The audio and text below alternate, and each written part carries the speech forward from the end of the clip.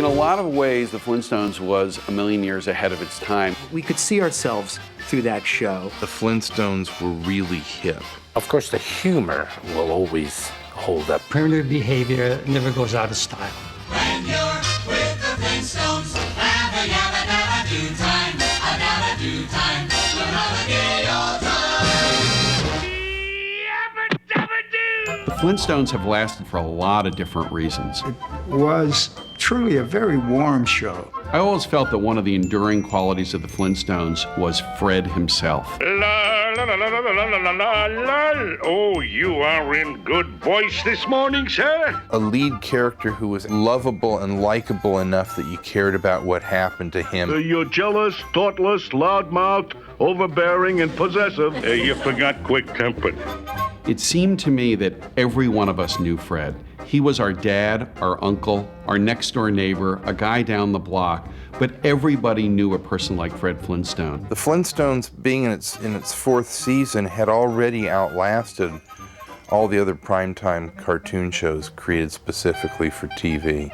The Flintstones and ABC were really a match made in heaven. At the time, ABC was the primary network for the young people in America. When the Flintstones show aired on Fridays, originally it aired later at 8:30.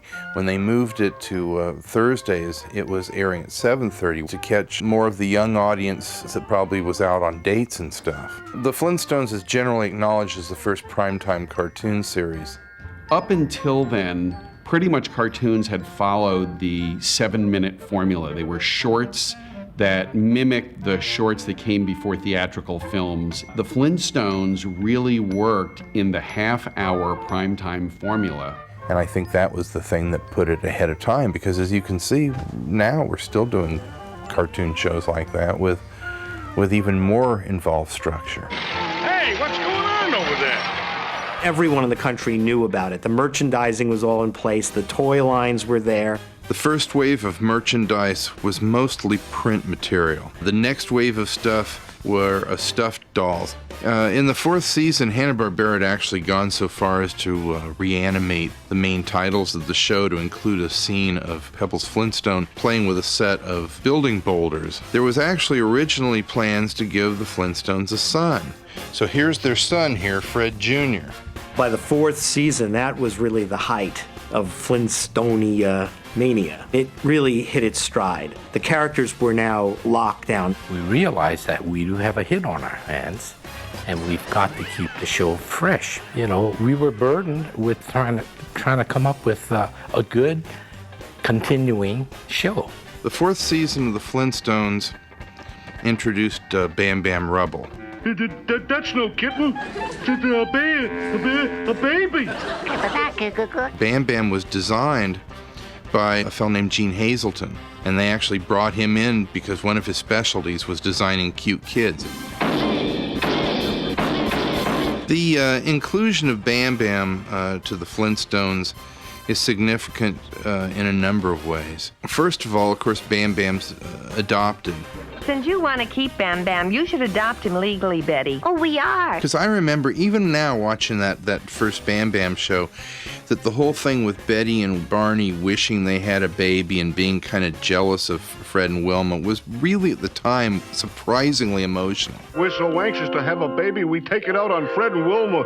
But I think it's moments like that in the Flintstones in general that give them a believability and make people really, really love the characters. If you know the history of Bill Hanna and Joe Barbera, their first cartoon series for television was a series called Rough and Ready. Rough and Ready were a dog and a cat, and they'd go off and have adventures all over the world. And in the middle of the adventure, they meet a little cave boy named Ubble Ubble. And obviously they hadn't forgotten about Ubble Ubble because Bam Bam's just a more appealing version of Ubble Ubble. The fourth season of the Flintstones ups the ante in terms of using actors and personalities. The standout one that everyone remembers is when Anne Margaret did voiceover for a character based on her called Anne Margrock.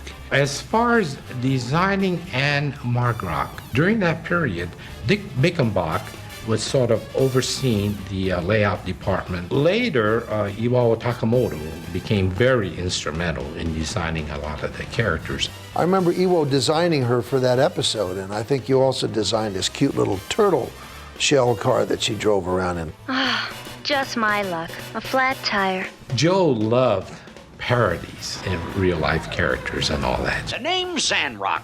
Daryl Zanrock. I'm with 20 millionth Century Fox. It seemed like every other show was a parody of some TV show or character. People watching the show could actually relate to what was happening on that television screen, to experiences that were very familiar to themselves. There was definitely a feeling that more and more that Bedrock was a direct analog of whatever was going on in America. I figured we could take a little trip to Rock Vegas. I think it was a number of people who contributed to the look of the Flintstones. The show begins with a verbal idea. We really would go to Joe with nothing written down. Nothing at all, just an idea. Joe would add jokes. He knew every old joke there ever was. If it got a laugh, that's all that matters. I don't recall a lot of talk about story structure and motivation and any of those classical critiques. It didn't happen. It was, is it funny? And can we get it out? Everything had to be done quickly. You know, Bill Hanna always had a pretty tight schedule and budget. Bill Hanna and Joe Barbera found an easy way to animate by eliminating most of the drawings. This process saved a lot of money for the producing company. They would separate the head from the body with the use of either a collar or a necktie. That saved a lot of drawing. And when they walked, everything was held except the feet. The heads would like bob, the eyes would blink. And the backgrounds would just repeat themselves. They'd run it and then they'd run it again. People really didn't even think about how cartoons were made. Animation was still somewhat of a partial mystery to the public in general. The respect for us toiling over our desk in animation studios were lacking a little bit of respect, you might say. Today, animators are enjoying a much greater degree of respect. The number one question I receive these days is, oh, well, you do it all with computers, don't you?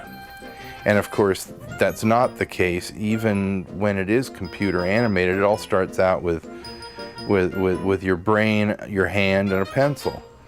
And that's the way cartoons will always be made.